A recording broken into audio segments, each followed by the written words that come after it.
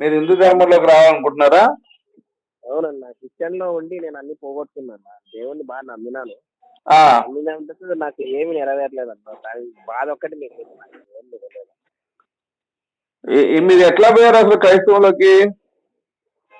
మా తాత వాళ్ళ నుంచి ఉన్నామన్నా క్రైస్తవులుగా. మా తాత, మా నాన్న, ఇంకా నేను. ఆ, ఆ, ఆ. మీ తాత వాళ్ళ నుంచి మీరు క్రైస్తవంలోకి వెళ్ళిపోయారు, అవునా? అవునన్నా. హలో. అవునన్నా, అవునన్నా. ఆ, మీ ఏజ్ ఎంత అండి? నాది 42 అన్న, 42 ఏళ్ళు.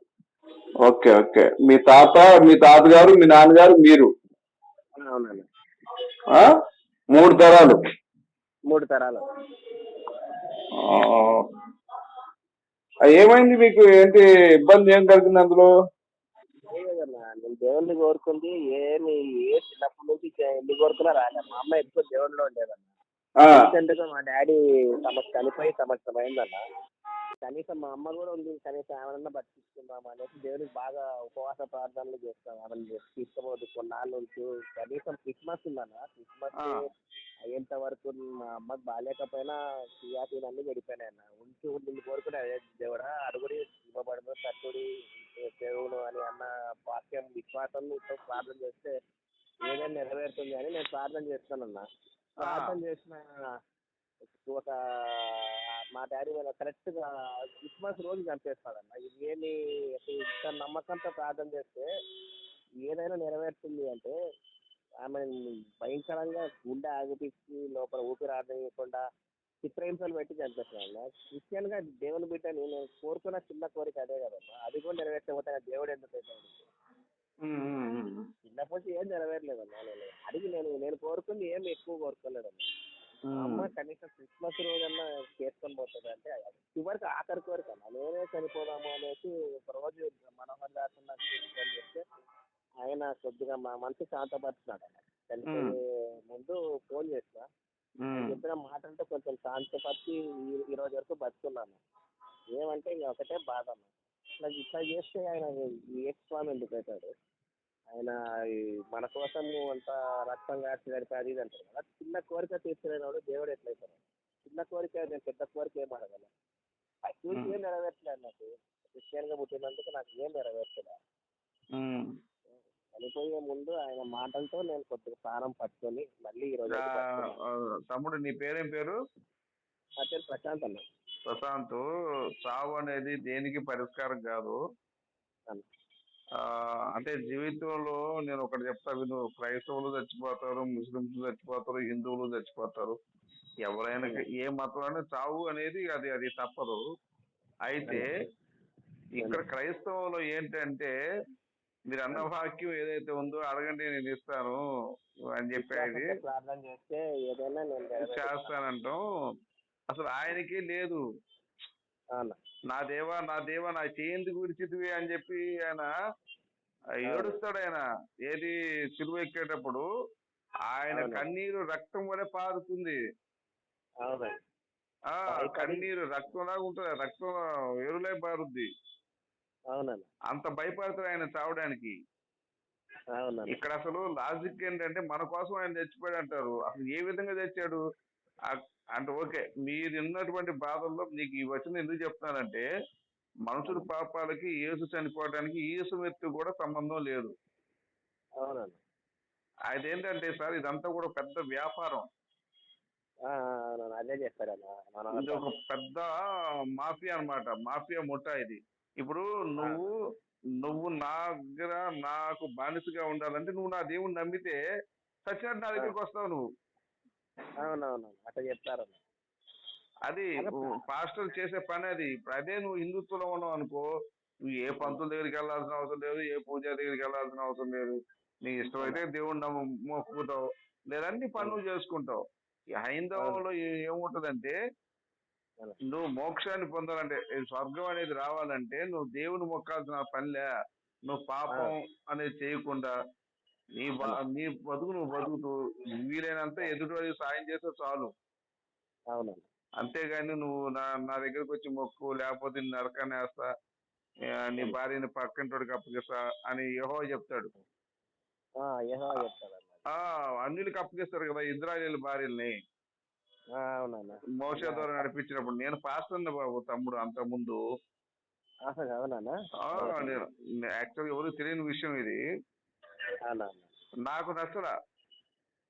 అదే అన్న, నేను అదే చనిపోయిన తర్వాత నేను అమ్మ ప్రార్థన చేస్తాను దేవుని, కనీసం నాకు మా అమ్మని చూపించే దగ్గర ఉన్నందుకు నేను కొంచెమన్నా కూల్ అవుతా అనేసి ఏడ్చుకుంటా చాలా బాధకుంటా ప్రార్థన చేస్తా కనిపించలేను. అదే పాస్టర్ అడిగితే లేదు నువ్వు ఇంకా విశ్వాసంతో నువ్వు ఎంతనో దేవుడిలో కొంచెం ప్రార్థన, ఆయన ప్రాణాలు ఇప్పుడు నేను విశ్వాసంతో ఉండేది ఏంటో నాకు అర్థం కాలేదు. నేను విశ్వాసంతో అప్పుడు ఏం చేయాలంటే వాడు పక్కన వాడు భార్య ఉంటుంది, 2 పోట్లు పొడిచి అరే బాబు నువ్వు ప్రార్థన చేయి విశ్వాసంలో ఉండని చెప్పి ఇంకో పోటు పొడుతూ ఉండాలి. అప్పుడు తెలుస్తుంది వాడికి. అదే కదన్నా. ఈ పాస్టర్లు ఎదుటివాడి బాధని అర్థం చేసుకోరు. వాళ్ళకి ఏం కావాలంటే ఎదుటివాడి డబ్బు తప్ప ఎదుటివాడి బాధ ఈ పాస్టర్లకు అవసరం లేదు. ఈ 2 తెలుగు రాష్ట్రాల్లో ఉన్న పాస్టర్లే కాదు, ఈ ప్రపంచంలో ఉన్న పాస్టర్ మాఫియా ముఠా అంతా కూడా ఎదుటివాడి డబ్బే లేదా ఎదుటివాడి భార్య, ఈ 2 వాళ్ళకి అవసరం తప్ప ఇంక వేరేది లేనే లేదండి. అవునండి, కరెక్ట్. ఇంకొకటి ఏంటంటే పరలోకం అనేది పెద్ద బూటకం. అవునండి, అదొక మిథ్య. అది అసలు ఎవడు చూడలేదు, అసలు యేసు కూడా పోలేదు. ఎందుకంటే పాపం అంటే ఏంటి? ఆజ్ఞ అతిక్రమణ పాపం. మరి యేసు కూడా ఆజ్ఞ అతిక్రమించాడు కదా. ఇప్పుడు సెలవు దినాలు పాటించలేదు, వ్యభిచారం చేసిన స్త్రీని రాళ్ళతో కొట్టలేదు. తర్వాత ఇంకొకటి ఏంటంటే నేను దేవాలయం కన్నా గొప్పవాడిని అన్నాడు. అంటే యెహోవా కన్నా గొప్పవాడు లేడు. ఈయనేమన్నాడు? నేను దేవాలయం కన్నా గొప్పవాడు అంటే దేవుడి కన్నా గొప్పవాడు అన్నట్టే కదా. ఇవన్నీ కూడా ఈ యేసు చావడానికి కారణాలు తప్ప మన పాపాలు ఏమీ లేవండి అసలు. బైబుల్లో ఎక్కడైనా చెప్పాడా యేసు మనుషుల కోసం చచ్చిపోతారని యెహోవా? పాత నిబంధనలో చెప్పలా, కొత్త నిబంధనలో కూడా లేదు. ఇది ఏంటంటే క్రియేషన్, మనుషుల్ని బానిసలుగా చేసుకుని వాళ్ళు పబ్బం గడుపుకోవడానికి క్రియేషన్ చేసినటువంటి పుస్తకం తప్ప ఇది మానవాళికి ఏ మాత్రం ఉపయోగం లేదు. సరికదా? ఇది చాలా ప్రమాదం మానవాళికి. కానీ నీ యొక్క బాధ వింటే నాకు బాగా ఇబ్బంది, బాగా దుఃఖంగా ఉంది. అదేంటే అంత చాలా బాధ అనిపిస్తుంది. ఒకటి అయితే రాధా మనోహర్ దాస్ గారు ఏంటంటే ఈ క్రైస్తవుల మీద మీ మీద ఏం కోపం లేదండి ఆయనకి. ఈ పాస్టర్లు చేసే అకృత్యాలు, ఈ పాస్టర్లు చేసే అన్యాయాలు, ఈ పాస్టర్ల దురాగతాల మీద ఆయన పోరాటం తప్ప క్రైస్తవుల మీద కాదు ఆయన పోరాటం. అని అంటాడు కదా, ఈ క్రైస్తవులు ఉన్న వాళ్ళంతా మన వాళ్ళే, వాళ్ళు మనదమ్ములే అంటాడు ఆయన. ఆయన వ్యతిరేకించేది ఎవరంటే రాధా మనోహర్ దాస్ గారిని. ఈ మాఫియా, మత మార్పిడి మాఫియా ఉంది, ఆ మాఫియాకి ఆయన గొంతులో ఎలాగున్నాడు. అది ఇప్పుడు క్రైస్తవుల్లో నేను ఎప్పుడు చెప్తాను నా వీడియోల్లో, ఎస్టీ సోదరులంతా కూడా క్రైస్తవులంతా మన అన్నదమ్ములేనని. ఎందుకంటే వీళ్ళు బాధింపబడ్డ వాళ్ళు. క్రైస్తవులు బాధించేవాడు ఎవడు? పాస్టరు. మా పోరాటం బాధించేవాడి మీద, బాధింపబడిన వాళ్ళ మీద కాదు. ఇంకోటి ఏంటంటే బైబుల్లో ఇశ్రాయిల్ కన్నా అద్భుతమైన జనాంగం ప్రపంచంలో లేదు. యూదులు వాళ్ళు చాలా న్యాయస్తులండి. బైబుల్లో ఒక చాటు ఉంటది, యూదులు ఏం చెప్తారంటే వాళ్ళ దేవుని వాళ్ళు కొలుచుకుంటారు, మన దేవుని మనం కొలుచుకుందాం, గొడవ ఉండదు కదా అంటారు. యూదులకున్న బుద్ధి యేసుకి యెహోవాకి లేదు. యూదులు ఎంత బాధ పెడతారు తమ్ముడు. నేను మీకు వచనాలు చేయాలంటే చెప్పమని చెబుతాను మీకు, మీరు రాసుకుంటారా? చెప్పనా? చెప్పండి. ఒక్క నిమిషం. మీకు చాలా దారుణమైనటువంటి విషయాలు ఉన్నాయి. మీరెవరు? కర్నూలా?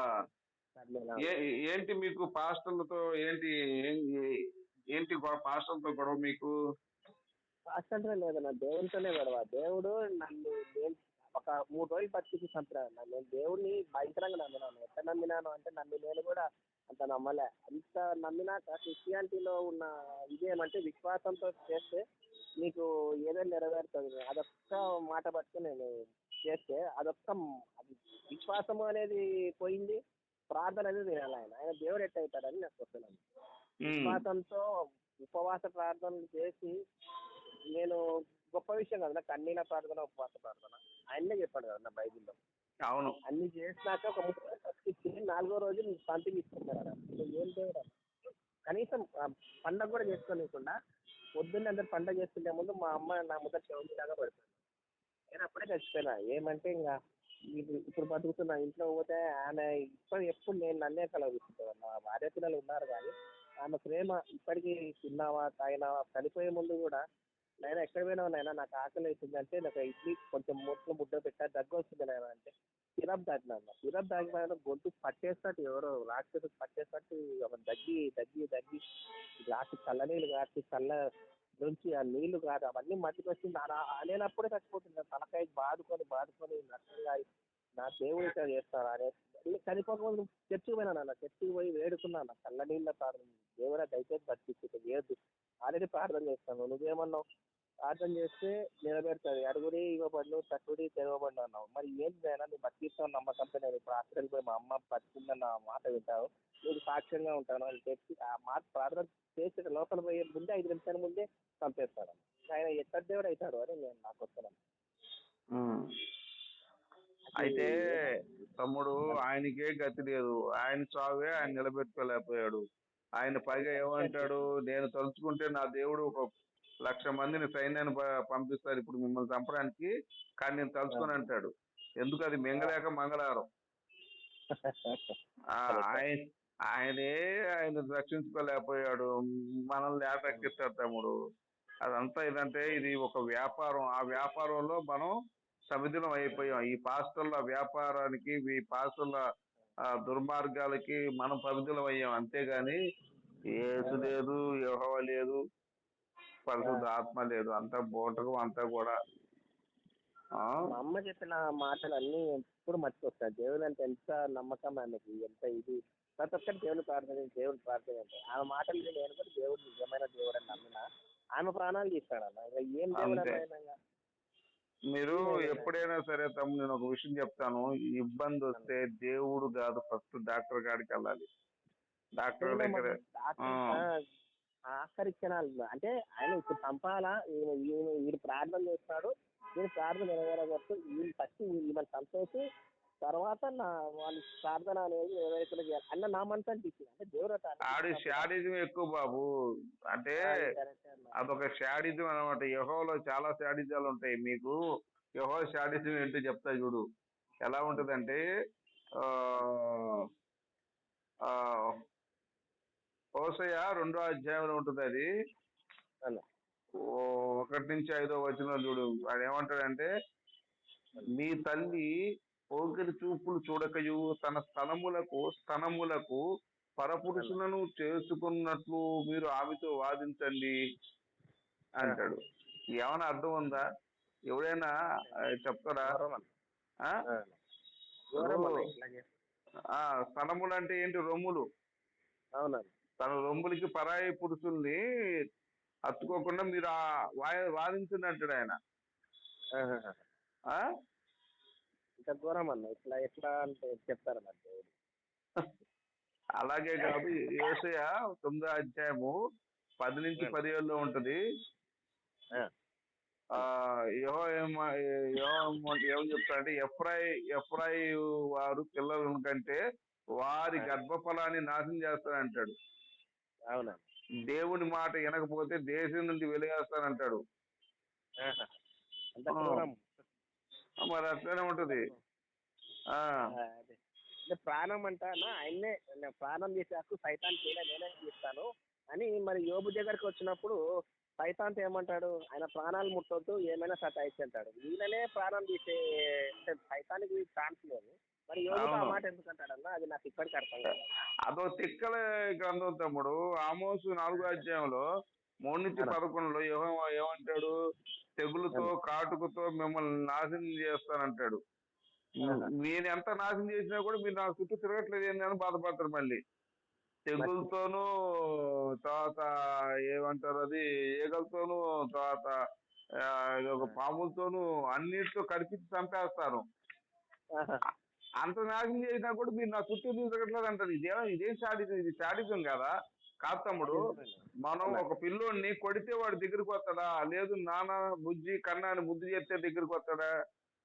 ప్రేమించాలి చిన్న పిల్లల్ని, ఎంత దూరం పోయి భయపడతారా? ఇక్కడ ఏమంటున్నాడు వీడు?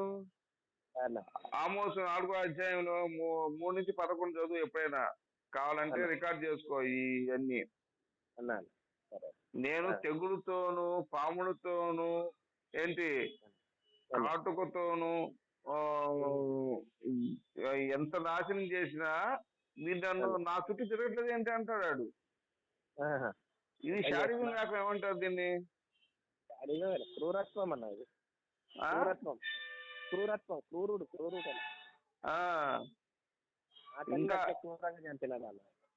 ఇంకా చెప్తా విను. ఇర్మియా గ్రంథం 46వ అధ్యాయం 28వ వచనంలో ఉంటది. మిమ్మల్ని ఏ దేశానికి తిరగొడతా ఆ దేశాన్ని సమూలంగా నాశనం చేస్తా, నిన్ను కూడా శిక్షింపక విడను, కొంచెము న్యాయము ధర్మం కూడా ఆలోచించకుండా నాశనం చేస్తా అంటాడు. మరి ఇంకేమంటారు దాన్ని? ఎంత క్రూరుడు అన్న. ఏదో ధూపం వేయకుంటే ధూపం వేసి ఏదో తప్పు తానే చంపేస్తారంట. మరి అలాగే ఇర్మియా 43వ అధ్యాయము ఎప్పుడైనా సరే 12 నుండి 13 చదువు. ఐగుప్తు దేశంలో వారి దేవతామూర్తులు నాశనం చేయమంటాడు యెహోవా. యెహోవా ఎంతకాలం నన్నే పూజించుడు అంటాడు. నేను తప్ప ఇంకెవరు లేరు మీకు దేవుడు అంటాడు. మరి యేసు ఎవరు? మరి ఇప్పుడు ఏమంటున్నాడు? ఏ దేశంలోనే ఎక్కడైనా నన్నే పూజించాడు. మరి యేసు అంటారు వీళ్ళు. మళ్ళీ యేసుని ఎందుకు పంపించాలా? మళ్ళీ పరిశుద్ధాత్మ ఎందుకు పెట్టాలా? ఆ పరిశుద్ధాత్మ మీ ప్రార్థనలు వింటాది అంట. వింటే మా అమ్మ బతకాలి కదా, కనీసం ఒక్కరోజు చేస్తారు మనం. ఇంత ఘోరం అన్న. కాను అసలు ఇది ఎంత విచిత్రం అంటే, పాస్టర్లు మిమ్మల్ని రక్షిస్తాడంటే అసలు యేసే తనను రక్షించుకోలేకపోయాడు తమ్ముడు. ఆ టైంలో ఏడ్చుకుంటా కాపాడు అలా నీళ్లు కాదు. కన్నీళ్ళు ఎందుకు కార్చాలన్నా? కాపాడు అనేది ఎందుకు? ఆయన్నే ఇప్పుడు దేవుడు కదా. ఇప్పుడు ఏమంటారంటే అప్పుడు మానవుడు అయిపోయినాడు, ఇప్పుడు అందుకే భయపడినాడు. అది ఆడి బొంద అదంతా కూడా కవరింగ్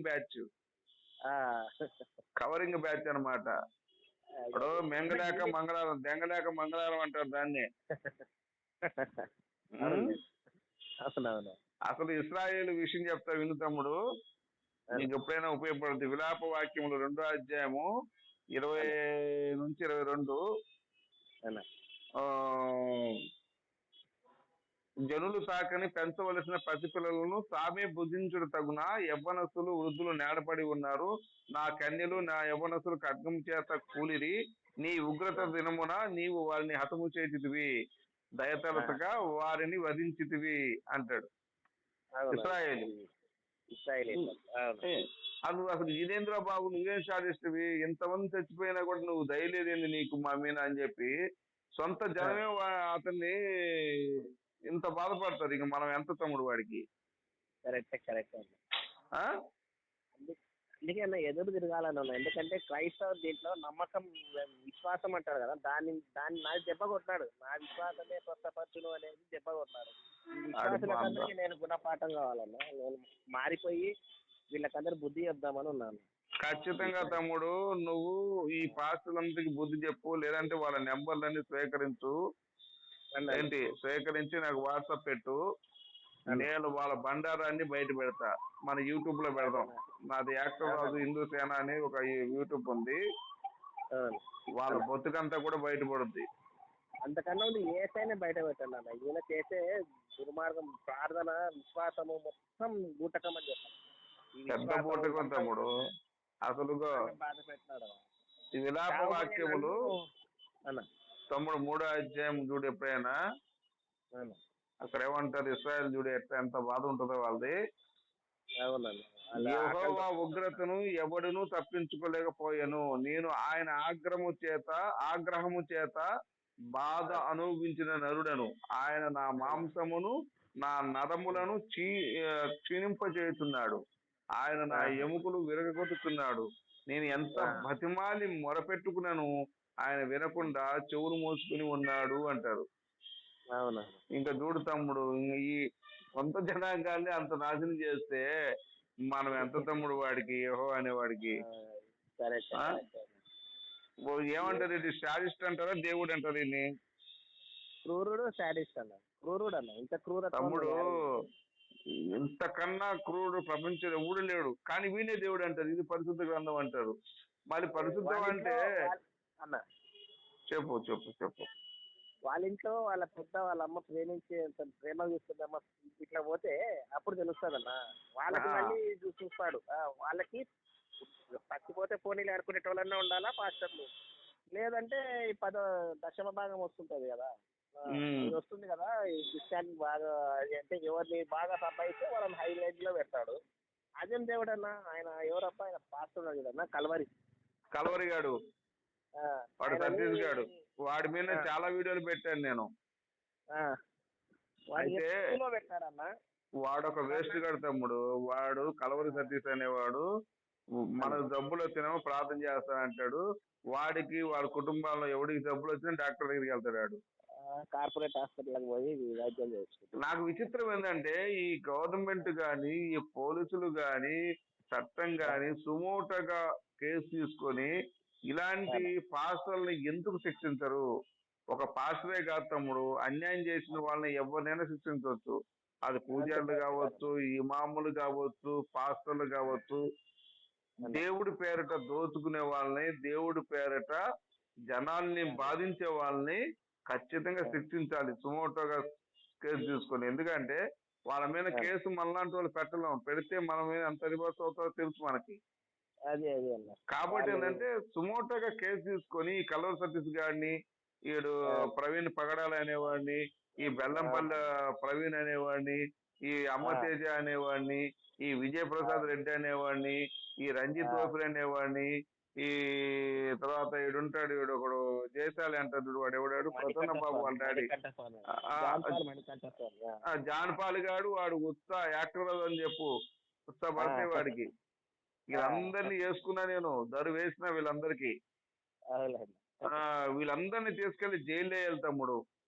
ఎందుకంటే స్వామిని జైల్లో వేయాలన్న మా అమ్మని ప్రాణాలు చూస్తారు. ఆ యేసు అనేవాడిని నేను ఎప్పుడు చెప్తానే ఉంటా, యెహోవా యేసుని ఇద్దరిని తీసుకెళ్లి కనీసం 1,00,000 సంవత్సరాలు జైల్లో వేస్తే గాని వాళ్ళు చేసిన పాపాలు పోవు తమ్ముడు. అన్నిన్ని బాధలు పెట్టలే వాళ్ళు. ఇప్పటికీ ఈ బైబుల్ వల్ల ఎన్నో జీవితాలు నాశనం అయిపోయినాయి. మీరు దానికి ఎగ్జాంపుల్ మీరే కదా పాపం. మీ జీవితం ఎంత నాశనం అయిపోయింది. ఇప్పటికి ఇంట్లోకి పోతే నాకు మా అమ్మ ఫోటో చూడలే, చూస్తే చచ్చిపోబుద్ది అవుతుంది అన్న. ఇంట్లో బెడ్ చూస్తే చచ్చిపోబోతుంది. పొద్దున మోహం కడిగిస్తా, పొద్దున్నే కాలు లేవన్న మా అమ్మకి, నేనే స్నానం చేపిస్తా, నేనే పౌడర్ వేస్తా, నేనే తలపిస్తా. ఎంత ముద్దుగా చిన్న పాప లెక్క చూసుకుంటున్నా. అట్లాంటి మనిషి ఇప్పుడు నా కళ్ళ ముందర లేదు. నేను దేవునికి ప్రార్థన చేసి వచ్చి మర్డర్ చేసి అన్నా, మనిషిని మర్డర్ చేస్తే 14 ఏళ్ళ జైలు శిక్ష, మరి దేవునికి మర్డర్ చేస్తే ఎన్నేళ్ళ జైలు శిక్ష వేయాలన్నా? మర్డర్ చేసినట్టే కదన్నా. ఇప్పుడు ప్రాణం ఆయన చేతుల్లోనే ఉందంట, ఆయన్నే తీస్తంట, సైతాన్ని ఎందుకు తీస్తాడు ప్రాణం? నాకు ఇప్పటికీ అర్థం కాదన్న. ఆయన వాస్తవంగా తమ్ముడు, వాస్తవంగా అయితే ఇది యేసు అనేవాడు దేవుడు కాదు, యెహోవా అనేవాడు దేవుడు కాదు. వాళ్ళ వల్ల ఏమీ కాదు. వాళ్ళు ఏంటంటే ఒక కొండ ప్రాంతానికి వాళ్ళు ఒక కొండ దేవతలు అంతే. కొండ దేవతలు కూడా కాదు, వాళ్ళ కొండ రాక్షసులు అంతే ఆ ప్రాంతం వరకు. దాన్ని ఇల్లు ఏం చేసి మసిపూసి మారేడికాయ చేసి బైబుల్ అనే ఒక పుస్తకం తయారు చేసి జనాల మీద వదిలి జనాలను నాశనం చేస్తారు. అసలు యేసుకి ఏం తెలియదు. యెహోవా అనేవాడు వాడొక క్రూరుడు, వాడొక రక్త పిశాచి అన్నమాట. ప్రపంచంలో రక్త పిశాచి అనేవాడు ఎవరైనా ఉన్నాయంటే వాడు యెహోవానే. నీకు ఒక విషయం చెప్తా, విలాప వాక్యములు 4వ అధ్యాయము అన్న 9 నుంచి 16లో ఉంటుంది అది. అన్న ఆ ఖడ్గహతులు కన్నను క్షామహతులు భాగ్యవంతులు. వాత్సల్యము గల స్త్రీలు చేతులు తామే కనిన పిల్లలను వండుకొని తినే పరిస్థితి తీసుకొస్తారు. ఈరోజు మీ పిల్లలు తిన్నాను, రేపు అది మన పిల్లలు మనం తినే పరిస్థితి తెచ్చేవాడిని ఏమంటారు? పిశాచే అన్న, క్రూరుడు, నీచుడు అంటారు ఇంకా మంచి భాషలో. అలాగే విలాప వాక్యములు 5వ అధ్యాయం 1 నుంచి 10 మాకు కలిగిన దోషము జ్ఞాపకము చేసుకొనుము. మా సర్వము శత్రువు పాలయ్యను. మా ఇల్లు దోచుకొనెను. మా తల్లులు విధవరాండ్రు అయ్యను. మేము వారికి బానిసలమైతిమి. పట్టకోటికి ఐగుప్త దేశము ఉంటిమి.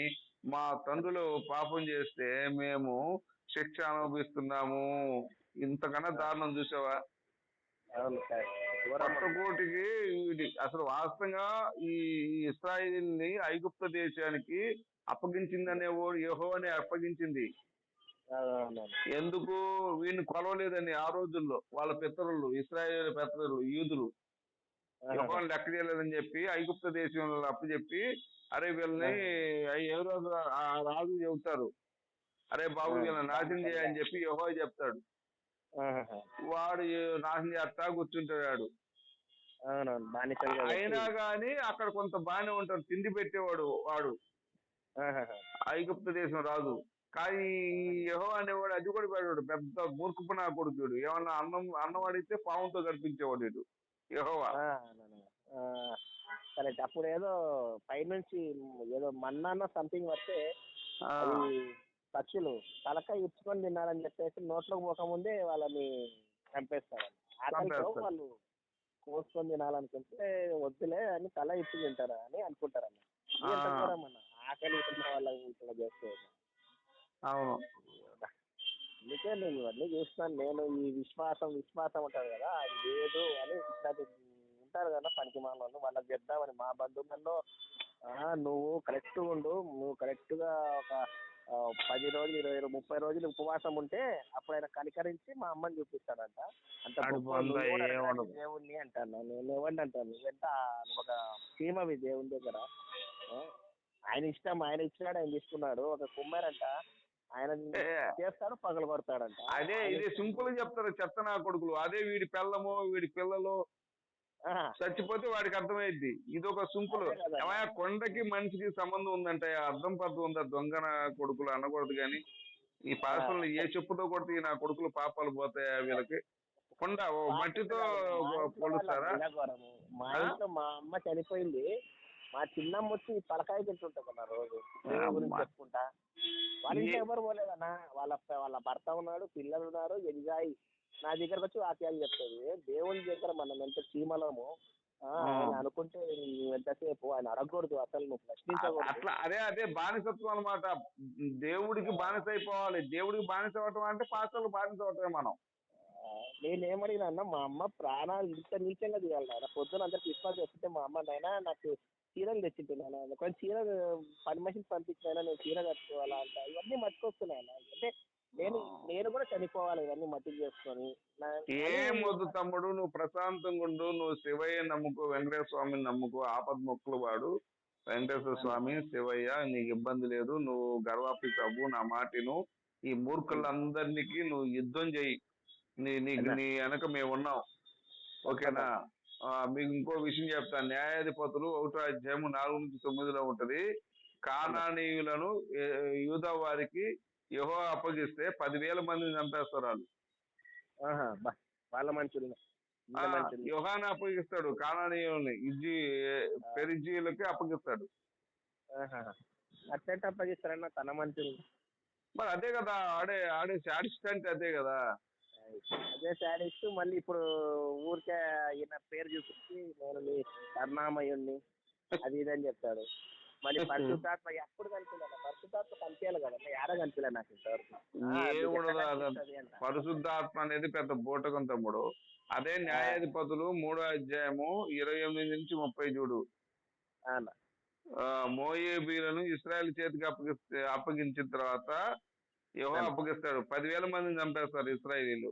అంటే వీళ్ళు ఎదిరిస్తే వాళ్ళ చేతికి, వాళ్ళు ఎదిరిస్తే వీళ్ళ చేతికి అప్పగించి చంపేస్తుంటాడు. వాడు మధ్యలో కూర్చుంటాడు.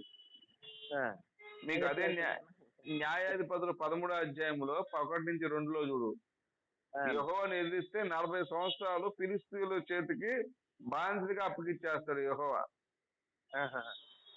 ఇది ఎందుకు నాకు అర్థం కాదు. ఇది దైవ గ్రంథమా, లేకపోతే మూర్ఖ గ్రంథమా, లేదంటే పిశాచ గ్రంథమా, ఏ గ్రంథం ఇది నాకు అర్థం కావట్లా. భాషను అడిగితే అప్పుడు దేవుడు చాలా కఠినుడు, అందుకే ఆ కఠినత్వం పోవడానికి నన్ను పంపిస్తాడు. వీడి బంద వీడి దినం, వీడొక పిశాచి. అది కరెక్ట్ అన్న. ఇప్పుడు యేసు కూడా అదే ఉంది. యేసు ఏమంటాడంటే ఆయన ఒకసారి బోధిస్తా ఉంటాడు. బోధిస్తే వాళ్ళ యూదులు వచ్చి రహస్యంగా ఎందుకు బోధిస్తున్నావు యేసయ్య అంటే ఆడేం చెప్తాడంటే యేసు, బాబు పరలోకం మీకు మాత్రం అనుగ్రహించబడింది, అన్యులు వినకుండా కన్నను కనిపించకుండా మీకు మాత్రమే చెప్తున్న రహస్యం ఇది అంటాడు యేసు. మరి ఇంకెక్కడ ప్రేమ? అలాగే నువ్వు బట్టలు అమ్ముకొని కత్తి కొనుక్కో అంటాడు. ఎందుకు కత్తి కొనుక్కోవాలి? బట్టలు అమ్ముకొని ఎదుటోళ్ళు చంపడమే. అలాగే నా పాలనని నచ్చని వాడు ఎవడో, ఈ చిన్నవాడిలో నన్ను అభ్యంతరపరచువాడు ఎవడో, వాడి మెడకి పెద్ద తిరుగుదారి కట్టి సముద్రంలో పడివేయటం వానికి మేలు అంటాడు. చంపేస్తానంటాడు యేసు. నమ్మకపోతే ఎవడు నన్ను నమ్మని వాడు ఎవడో వాడిని నా సమక్షమున తీసుకొచ్చి కత్తి వేటిని హతం చేయంటాడు యేసు. మరి ఇది ఏం ప్రేమ చెప్పు నువ్వు?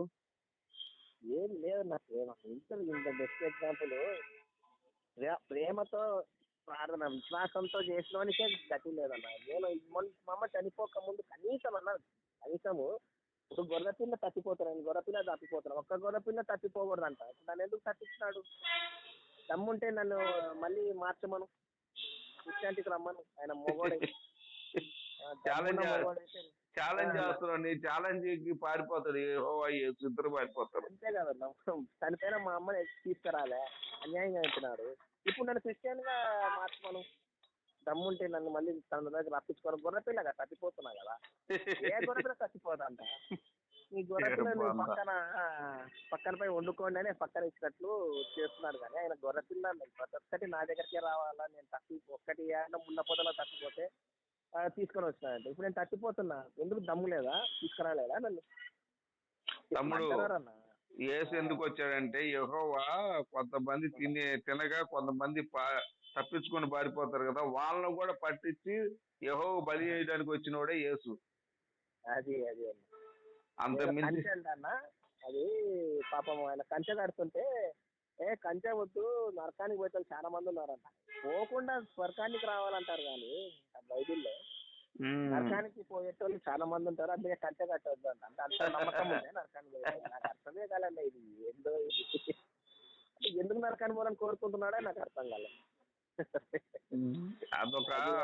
అదొక విచిత్రమైన గ్రంథం, ఒక దరిద్రమైన పుస్తకం తమ్ముడు ఇది.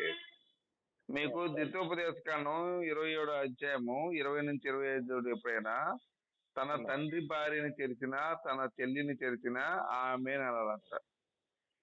అంటే అసలు తల్లిని సెక్స్ చేయాలని, చెల్లితో సెక్స్ చేయాలని ఎందుకు రాసింటారు? ఇది దరిద్రం. వాళ్ళు వర్షాలు లేని ఈ బైబిల్. అలాగే నీకు ద్వితోపదేశకాండం 28వ అధ్యాయంలో ఉంటుంది, 24 నుంచి 32, తర్వాత 53 నుంచి 54 చూస్తే ఏమంటాడు ఏంటి యెహోవా, నన్ను నమ్మకపోతే నాశనం చేస్తా, నువ్వు పెళ్లి చేసుకుంటే నీ భార్యని వేరే వాడితో సంసారం చేస్తా, నీ కుమారుల యొక్కయు నీ కుమార్తెల యొక్క మాంసం నీతో తినిపిస్తా అంటాడు. ఏమంటావు ఇంకా? జోంబీల కన్నా ఘోరంగా ఉంది ఇది అమ్మా. ఇవన్నీ తెలుసా మీకు? నేను ఎక్కువ బైబిల్ జోలికి పోలేదన్న. మా అమ్మ చెప్పేటివన్నీ వింటా ఉంటుంది. మా అమ్మకి రోజు ఆ, ఇవన్నీ చెప్తాను. వాళ్ళకి ఏంటంటే ఒక 4-5 వచనాలు మంచిగా చూపిస్తారు, ఇంకే చదువుకుని అంటారు వాళ్ళ కళ్ళకి గంటలు కట్టి, వాళ్ళు అక్కడే అయిపోతారు, ఇక ఈ రహస్యాలు చూడరు పాపం. అలాగే ద్వితోపదేశకాండం 28వ అధ్యాయం 56 నుంచి 62, తనకు పుట్టబోయే పిల్లలను మావిని రహస్యంగా భర్తకు తెలియకుండానే తినే పరిస్థితి చేస్తా అంటాడు యెహోవా. మరి ఇది ఏం పరిశుద్ధమో, ఇది ఏందో, మరి ఏం చెప్పాలి, మరి చెప్పు నువ్వు. వీళ్ళు ఎంతనో గొప్పగా చెప్తుంటారు అన్న ఇంటర్వ్యూలో. వాడు ఎవరో కథను గడ్డమోడి పేరు లేదు కానీ ఈయన మంచిగా ఇంటర్వ్యూ చేస్తాడు అన్న. అతను సిగ్నేచర్స్ లో ఆయన 3 సార్లు అడుగుతారన్న, ప్రైజ్ లార్డ్ లేకుంటే జై శ్రీరామ్ అంటే అవతల వాళ్ళు కన్ఫ్యూజ్ అవుతుంటారు. ఆయన తో ఒక అతను వాదిస్తున్నాడు, దేవుడు ఎంత గుడ్డిగా వాదిస్తున్నాడంటే అంత గుడ్డిగా. అలాంటిది ఆన్సర్ చెప్పమన్నాడు నన్ను. అయితే వీళ్ళు పాస్టర్లు కూడా బైబిల్ తెలియని వాళ్ళ దగ్గరికి వెళ్తారు, మనలాంటి వాళ్ళ దగ్గరికి వస్తే నా కొడుకులు గుర్త పడితే వాళ్ళకి తెలుసు, మన దగ్గరికి వస్తే ఏమైతే తెలుసు. అందుకే అసలు బైబిల్ తెలియదు వాళ్ళకి, యాంకర్స్ కి ఏం తెలుస్తుంది, వాళ్ళకి ఏం సంబంధం. అసలు నేనంటే పాస్టర్ని, నువ్వు విశ్వాసి కాబట్టి మనకు తెలుసు, వాళ్ళకే తెలుసు. ఏదో గుర్తుగా వాదిస్తా గొప్ప గొప్ప అంటారు. ఇప్పుడు ప్రాణాలు తీసినోడు, ప్రార్థన వినోడు ఎట్లా దేవుడు అవుతాడు? ఇప్పుడు అసలు అద్భుతమైన విషయం చెప్తా తమ్ముడు.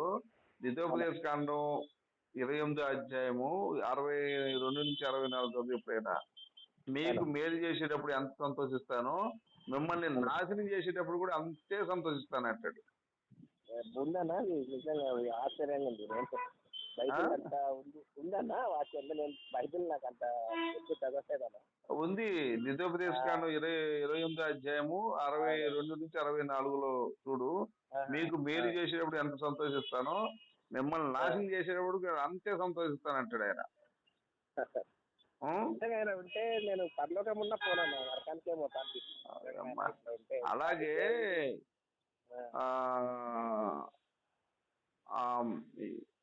యెహోషువ 6వ అధ్యాయము 20 నుంచి 25లో దురాక్రమణ ఎట్లా ఉంటుందంటే, ఒక పట్టణంలో పురుషులను, ఆడవారిని, పిల్లలను, గొర్రెలను సమస్తము కత్తివాతమున హతం చేయిస్తాడు యెహోవా. పురుషులను, పిల్లల్ని, ఆడవారిని, పిల్లల్ని కూడా, బర్రెల్ని, అన్నిటినీ కత్తితో నరికించేస్తాడు యెహోవా. అలాగే ఇంకొక అద్భుతమైన విషయం చెప్తా తమ్ముడు. యెహోషువ 7వ అధ్యాయము 20 నుంచి 26లో అక్కడ ఏంటంటే ఇశ్రాయేలీయులు ఏం చేస్తారంటే దోచుకుంటారు పట్టణాల మీద పడి. వీడు అక్కడి నుంచి తీసుకొచ్చి వీళ్ళని వాడుకుంటాడు అనమాట. వాళ్ళని దోచుకోండి, వీళ్ళని తనండి, వీళ్ళని కొట్టండి, వీళ్ళ పిల్లల్ని తెచ్చుకోండి అని. అలా దోచుకొచ్చిన సొమ్ము ఏం చేస్తాడంటే ఒకడు దాచుకుంటాడు, కొంత ఇచ్చి కొంత పక్కన పెట్టేసుకుంటాడు. అది ఎవరో చూస్తాడనమాట. చూసి ఏం చేస్తాడంటే వాడిని రాళ్ళతో కూడా చంపించేస్తాడు యెహోవా. ఎందుకు? వాడికి వాట ఇవ్వలేదని, యెహోవాకు వాట ఇవ్వలేదని. యెహోషువ 7వ అధ్యాయము 20 నుంచి 23 వరకు చదువు ఎప్పుడైనా. ఉందిలేండి కథను. డబ్బులు పాపం కొంచెం పెట్టుకుంటే అనుకుంటాడు. అది యెహోషువ 7వ అధ్యాయం 20 నుంచి 26లో ఏమో దోచుకున్న వాళ్ళని దాచుకుంటే చంపేస్తాడు యెహోవా, దోచుకున్న సొమ్ము దాచుకుంటే.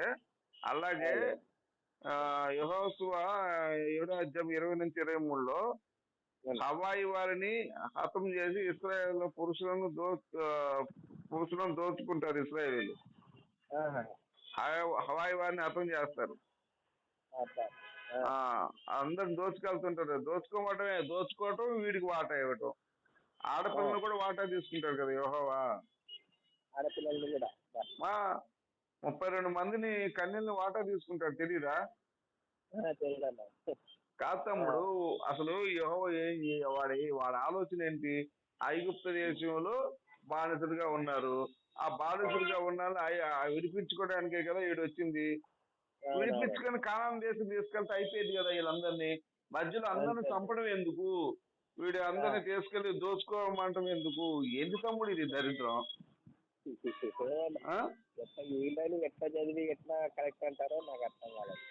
ఆ, ఆ పాత నిబంధనలు అంతా అయిపోయింది, అది మనం చదవకూడదు అన్నప్పుడు మళ్ళీ దాంట్లో పాత అవును. నిబంధనలు కొన్ని తీసుకోవాలా అంటారు, ఒక్క మిగతా ఏం నిమిషం. తీసుకోకూడదు. ఉమ్, అవును అవును. అది నేనైతే అలా నాకు తెలిసి నువ్వు గనక ఇక చర్చికి వెళ్ళటం కాదు కదా, నువ్వు కనీసం ఒక 100 మందిని చర్చికి వెళ్ళకుండా ఆపాలి. నువ్వు ఏ పాస్టర్ దగ్గరికైనా వెళ్ళు, నాకు ఫోన్ చేయ, నాకు ఫోన్ చేస్తే వాడి సంగతి నేను చూసుకుంటా. తప్పకన్నా. అరే నేను మారాలా అంటే అది నాకు కొద్దిగా చెప్తారన్నా, ఎట్లా గుడి పోవాలన్నా ఏమన్నా? నువ్వు మారాలంటే ఏ పూజా దగ్గరికైనా వెళ్ళి సిస్టంలో 3 మునికలు మునిగి. నువ్వు ఏ ఊరు మీది? కర్నూలు అన్న. కర్నూలులో గుళ్ళు ఉన్నాయి కదా, చాలా గుళ్ళు ఉన్నాయి కదా. అవునవునన్నా. రాయలసీమ కాదండి, మీరు రాయలసీమలో మీకు కలియుగ దేవుడే మీ రాయలసీమలో ఉంటే ఆ శవాన్ని ఎందుకు పట్టుకుంటారండి మీరు? నాకు అర్థం కాదు. వెంకటేశ్వర స్వామి మహానుభావుడు ఆయన. అవునండి. మీరు ఆ యేసు పట్టాలు అన్ని తీసేసి వెంకటేశ్వర స్వామి పట్టం పెట్టుకోండి. ఒక్క నిమిషం లైన్ లో ఉంటాం. ఒక్క నిమిషం లైన్ లో. హలో, ఓకే ఓకే, వస్తాను 5 నిమిషాలు. అది తమ్ముడు, ఆ మాటిని నువ్వు అవన్నీ తీసేయి. తీసేసినా మొత్తం ఏసు పటాలు కానీ ఏది ఉండడానికి లేదు ఇక. అది శవం. నువ్వు శివాన్ని మొక్కలు కానీ శవానికి మొక్కకూడదు మనం. కరెక్ట్ అన్న. శివం అంటే శుభం. అవునండి. శవం అంటే అశుభం. అవునండి. చెక్క మీద ఎలాంటిది ఏంటి? శవమే కదా, పీనుగే కదా. పీనుగు అశుభమే కదా మనకి. నా పాయింట్ కరెక్టేనా? కరెక్టే. కాబట్టి మీ నువ్వే కాకుండా నీ దగ్గర ఉన్న వాళ్ళందరినీ నువ్వు ప్రభావితం చేసి ఖచ్చితంగా ఒక ఉద్యమం స్టార్ట్ చేయి నా మాటిని. తప్పక. నేను ఇంతకుముందు పాస్టర్ని. ఈ దరిద్రం అంతా కూడా చదివిన తర్వాత, ఈ పాస్టర్లు దోచుకునే విధానం చూసిన తర్వాత, ఈ దేశానికి వీళ్ళు అరిష్టం, ఈ దేశాన్ని నాశనం చేస్తారు ఈ పాస్టర్లు. అలాగే కుటుంబాలని చిచ్చు పెడుతున్నారు. అన్నకి తమ్ముళ్ళు లేకుండా, అన్నకి చెల్లి లేకుండా, భార్యకి భర్త లేకుండా, తల్లిదండ్రులకి పిల్లలు లేకుండా చేస్తున్నారు వీళ్ళు. వీళ్ళు దోపిడీ కోసం ఎన్నో అన్యాయాలు అక్రమాలు చేస్తున్నారని చెప్పి నేను ఈ బైబిల్ మొత్తం చదివిన తర్వాత పరిశుద్ధ గ్రంథం 420 అని ఒక పుస్తకం కూడా రాశాను. త్వరలో రాబోతుంది అది. అందులో ఈ వచనాలన్నీ ఉంటాయి. ఈ పుస్తకం వస్తే ఒక్కొక్క పాస్టర్ కి దబిడి దిబిడే. కొడుకులు ఉత్సబడాలి ఒక్కొక్కడికి. ఏమంటావు?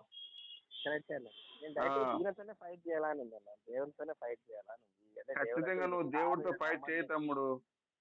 నమ్మడానికి లేదు. నా సపోర్ట్, ఫుల్ సపోర్ట్ మీకే. పరిశుద్ధ గ్రంథం అంటారు, అంతా అశుద్ధమే. దావీదు భార్యనే దావీదు కొడుకులతో దెంగిస్తాడు యెహోవా. అవునన్నా, అది కూడా విన్నాను. ఇంకేం పరిశుద్ధం? తల్లితో కొడుకుని దెంగిచ్చేవాడిని ఏమన్నారు? బ్రోకర్ అంటారా, దేవుడు అంటారా? మరి అట్లాంటి బ్రోకర్ని మనం ఎందుకు నమ్మాలి తమ్ముడు?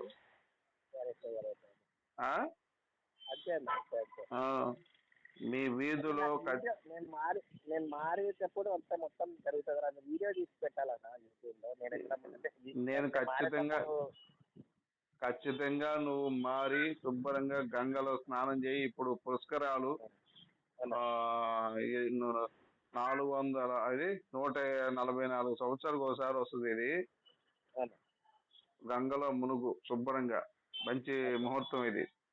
మునిగి మీరు, మీ భార్య గారు, మీ పిల్లలు, మీ ఇంటి నన్ను చాలా దూరం పెట్టినారు. పర్వాలేదు, వాళ్ళు తెలుసుకుంటారు తమ్ముడు. ఇప్పుడు ఏంటంటే వాళ్ళు తెలుసుకునేటానికి కొంచెం టైం పట్టుద్ది.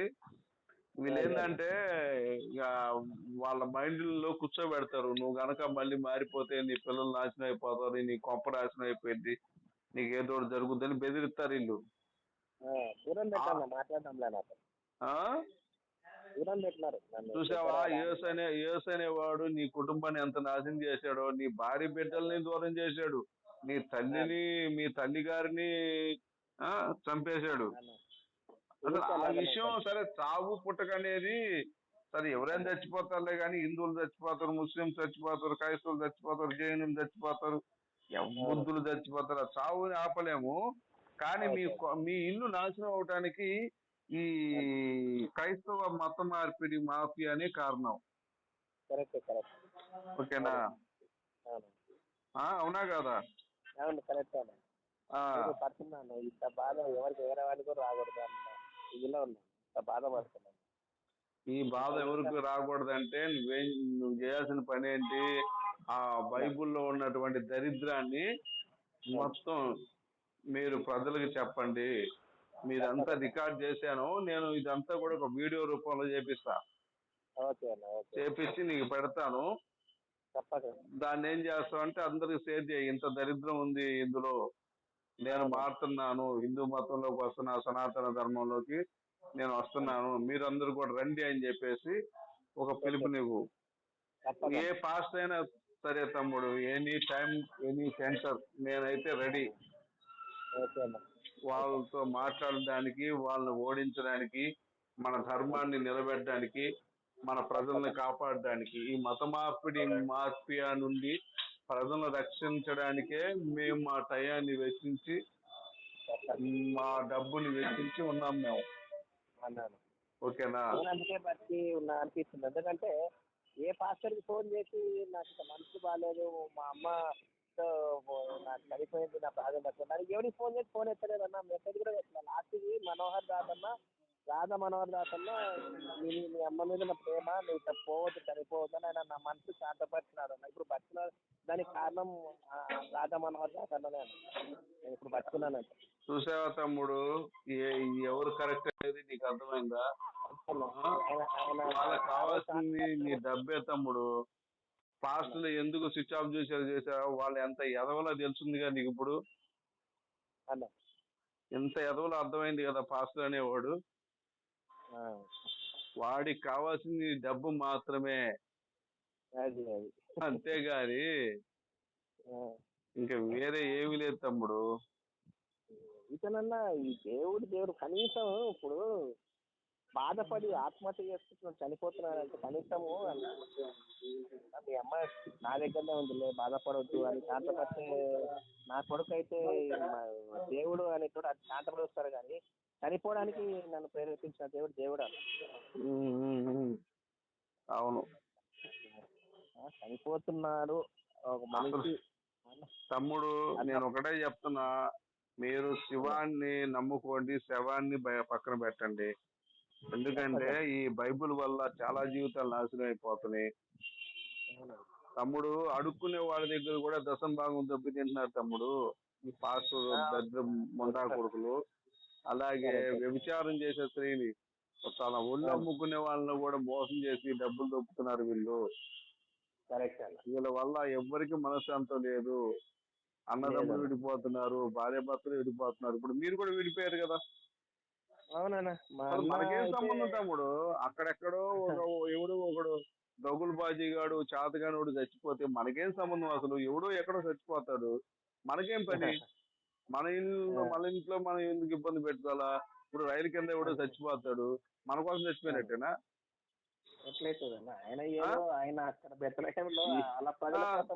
వాళ్ళ గొడవలు వాళ్ళ కొడుకు వస్తారు, మనకేం సంబంధం అసలు?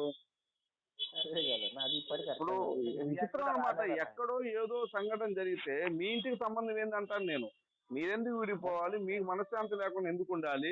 మీ భార్య పిల్లలతో మీరెందుకు విడిగా ఉండాలి? ఇది ఎంతవరకు లాజిక్? అసలు ఏంది ఇది?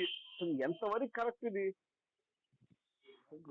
అసలు ఎంత ఘోరం అంటే తమ్ముడు, నిజంగా ఆలోచిస్తే ఎవడో ఎక్కడో ఎవరినో చంపేస్తే సిలివేసి ఇక్కడ మనం బాధపడడం ఎందుకు? మనం డబ్బులు పాస్టర్లు ఇవ్వటం ఎందుకు? పాస్టర్లకి మన జీవితాంతో వాళ్ళకి ఊడికం చేయటం ఎందుకు? ఏంటిది? ఇది ఎంతవరకు కరెక్ట్? ఆ? ఏదో అది ఇక్కడ కనీసం ఇక్కడికి వచ్చి దేవుడు వచ్చి ప్రచారం చేయడం అది కూడా లేదన్న. ఎవరినో పంపించినాడు అంటే మనం బాలితలము ఎవరినో పనోని పంపించినాడు తోమ అంట, అందుకు మారినామంట. ఎవరో పనోని పంపించి తమ్ముడు, వాళ్ళ ద్వారా మారంటే సోమ వచ్చింది లేదు చచ్చింది లేదు వాడు. సోమ సమాధి విదేశాల్లో కూడా ఉంది తమ్ముడు. మరి చెప్తారన్న. మరి అక్కడ కూడా పోయి చెప్పాడు వాడు, అక్కడ కూడా చచ్చాడా? పోనీ ఇక్కడ అంటే కేరళలో చచ్చాడు అనుకున్నాం సోమ అనేవాడు, మరి విదేశాల్లో కూడా చచ్చాడా సోమ అనేవాడు? డబల్ యాక్షన్ ఏమైనా ఉందా? ఘోర అబద్ధాలు చెప్పేటప్పుడు కనీసం ఉండాలి కదన్న జ్ఞానం, అంత అబద్ధాలు చెప్పుకుంటాం. ఇప్పుడు జ్ఞానం ఉంటే పాస్టర్లు ఎందుకు అవుతారు తమ్ముడు? నేను ఎప్పుడు ఒక మాట చెప్తా, పాస్టర్లో జ్ఞానవంతుడు ఉండడు, అసలు జ్ఞానం ఉన్నవాడు ఎవడు పాస్టర్ కాడు. ఓకేనా? కానీ నా మాట నేను, సరే మీ భార్య పిల్లలు నీతో మాట్లాడిపోయినా ఎప్పటికైనా మాట్లాడతారు, నువ్వు వాళ్ళని ఫోర్స్ చేయకు. కానీ నువ్వు భార్య పిల్లల్ని సహాయంగా చూసుకో. ఏంటి మీ అమ్మగారిని నీ పిల్లలు చూసుకో. నీకు పాప ఉందా? పాప ఉందన్న, పాప బాబు. ఆమె మీ అమ్మ. ఇప్పుడు మా అమ్మ లేదు, మా అమ్మని నా కూతుర్లో చూసుకుంటా నేను. అందుకే అన్న కొద్దిగా చిన్న ఛాన్స్ ఉన్న బతకడానికి. తర్వాత అంతకన్నా అది కూడా ఆలోచించలే. మనోహర్ దాస్ అన్న బతికిస్తాడన్న, అది మాత్రం చెప్పుకుంటా వచ్చేంత వరకు. Great great great. మా పోరాటం అంతా మీకోసమే తమ్ముడు, మాకేం పని. లేకపోతే ఈ పాస్టర్ల చేత తిట్లు తింటాం, దాడులు చేయించుకోవడం మాకు అవసరమా? అది ఏం లేదు, ఏదో నోటికి ఏదో మేము చెప్పింది కరెక్ట్ అనుకుంటాను. ఏం కరెక్ట్ ఉందన్న? నన్ను మార్చమని అన్న ఒక పాస్టర్ వచ్చి, ఇప్పుడు క్రిస్టియానిటీ నాకు దమ్ముంటే నేను మారిపోతున్నా కదా, దమ్మున్న మొంగడు అయితే నన్ను మార్చలేకపోతే వాళ్ళందరూ మారిపోవాలి. నువ్వు గట్టిగా సంకల్పం తీసుకొని ఏంటి, రేపు శనివారం ఏం చేస్తామంటే ఉదయాన్నే లేచి స్నానం చేయి, వెంకటేశ్వర స్వామి దగ్గరికి వెళ్ళిపో. అయ్యా నేను నా స్వధర్మంలోకి రాదలుచుకున్నాను అని చెప్పు. ఆయన మంత్రోచ్చారణ చేస్తారు. వెంకటేశ్వర స్వామి పటం తీసుకో, ఇంట్లో పెట్టుకో, అన్ని శుభాలు. ఇంకా నీకు నీ దగ్గరే ఉన్నాడు కదా కలియుగ దైవం, ప్రపంచాన్ని ఏలే తండ్రి. అసలు సృష్టించింది ఎవరు? ఈ ఆది మూలం ఆయనే, నారాయణుడే. ఈ అసలు బైబుల్ సృష్టి అనేది చాలా అబద్ధం తమ్ముడు. ఎందుకంటే బైబుల్ సృష్టి 5,000 సంవత్సరాలు మించలా.